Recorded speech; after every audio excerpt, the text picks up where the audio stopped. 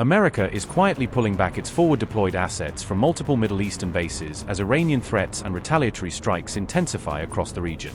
Why is the US suddenly relocating its aerial refueling tankers away from Israel's Ben Gurion Airport? A move that has sparked speculation about shifting strategic priorities. Are US tankers being pulled out of Ben Gurion because they've become sitting ducks, potentially leaving Israel more exposed to Iranian air and missile attacks? Is the US abandoning Israel's main civilian airport, moving its tankers to safer locations as fears of a major Iranian strike on Israeli soil continue to grow?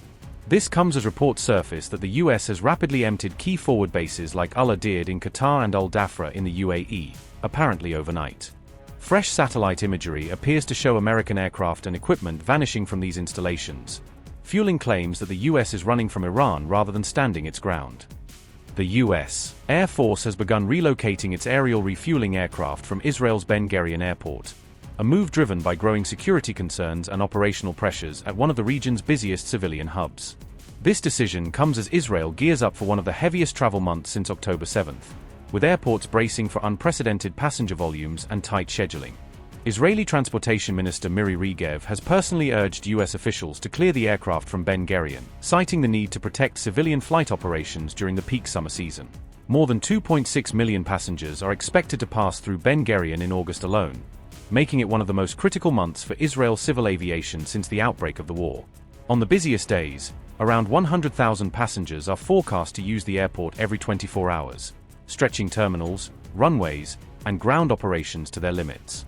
The US tanker aircraft are being moved to free up parking stands and operational space at Ben Gurion, ensuring that civilian airlines can maintain their schedules without major disruptions.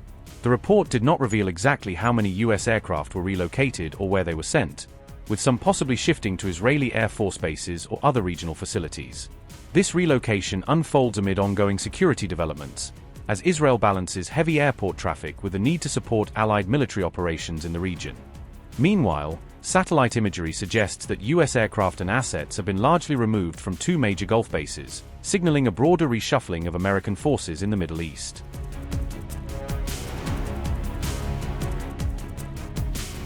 Al-Udeid in Qatar and Al-Dhafra in the UAE now appear significantly emptier after coming under repeated Iranian missile and drone attacks in recent weeks. Both bases have played key roles in US air operations across the Middle East, serving as critical hubs for refueling, reconnaissance, and strike missions throughout the conflict. The reported movements of aircraft and personnel have raised serious questions over the long-term security and viability of key US military facilities in the Gulf. Multiple reports claim the Pentagon is now weighing a significant reduction of US forces stationed in Kuwait, following damaging strikes on bases like Ali al-Salem. The Wall Street Journal says these attacks have sparked an intense internal debate over the future of America's Gulf military footprint and whether it's become too exposed. Analysts say repeated Iranian strikes have intensified scrutiny of America's regional military posture, forcing planners to consider dispersing assets or relocating them farther from Iran's reach. The reported relocations come as broader tensions continue to reshape US force deployments, with options ranging from scaling back in Kuwait and Saudi Arabia to shifting some operations toward Israel. Washington has not publicly confirmed the full scope of the reported aircraft movements, leaving allies and adversaries alike to read between the lines of satellite imagery and official silence.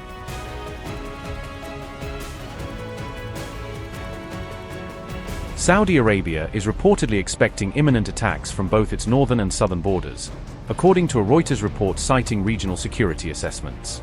Intelligence shared by Saudi Arabia, the United States and other Gulf nations has reportedly warned of possible coordinated attacks against the kingdom in the near future.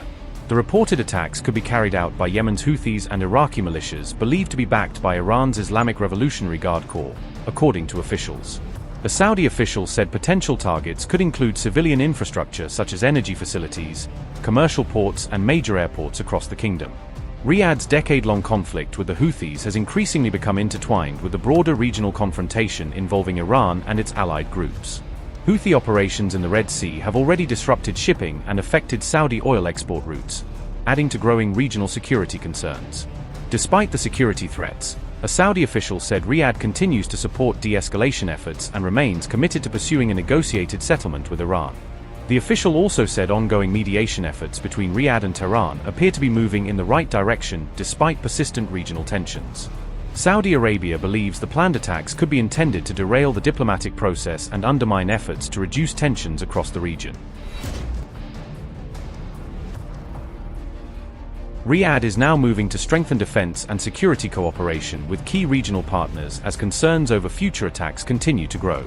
Turkey, Saudi Arabia, and Pakistan are expected to sign a new defense cooperation agreement during high-level meetings in the kingdom.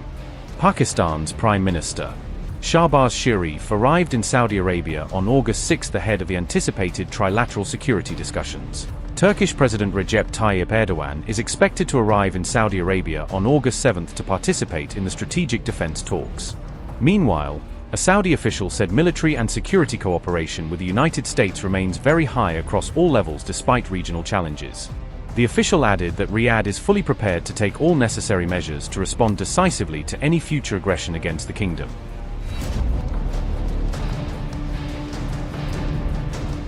On August 6, Yemeni forces accused the Houthis of deliberately targeting multiple military positions across several key areas. Yemen's government-aligned military units said these attacks caused significant casualties along with heavy material damage to their positions. The 1st Emergency Division specifically confirmed that its own camps were among the multiple sites targeted during these attacks. Meanwhile, the Houthis claimed their attacks were specifically aimed at Saudi military deployments stationed inside Yemeni territory. In its continued aggression and siege against our dear Yemeni people for nearly 12 years, the criminal Saudi enemy has observed large Saudi military buildups in their final stages, aimed at escalating the aggression against the liberated provinces and the Yemeni people to deter them from their stance on ending the unjust siege. Therefore, our armed forces conducted a large-scale and precise military operation targeting Saudi enemy troop concentrations in the areas of Al-Ruwayq, Al-Abr, Al-Thaniya, and other camps belonging to the so-called 1st and 3rd Emergency Divisions, using a large number of ballistic missiles and drones. The operation resulted in the following: the death and injury of hundreds of Saudi enemy mercenaries, the destruction and burning of a large number of Saudi enemy camps, troop concentrations, depots, and weapons in the Al-Wadiyah area in the east of the country. The destruction of a large number of military vehicles exists in the targeted camps. The Yemeni armed forces warned the criminal Saudi enemy against any act of aggression against our country and our people, and it will bear the consequences of any escalation. We advise those misled and deceived among our people to leave the Saudi enemy camps and return to their homes before it is too late. We assure our dear Yemeni people and all governorates that the armed forces are fully prepared to confront any escalation. We call upon all our people to remain vigilant and confront any Saudi aggression, and to strike Saudi troop concentrations wherever they may be. We will continue the siege-for-siege equation until the siege on our country is lifted. These attacks followed earlier Yemeni security operations that were specifically aimed at dismantling Houthi smuggling networks across the region. Upgrade your news experience with the all-new HT app. Download now.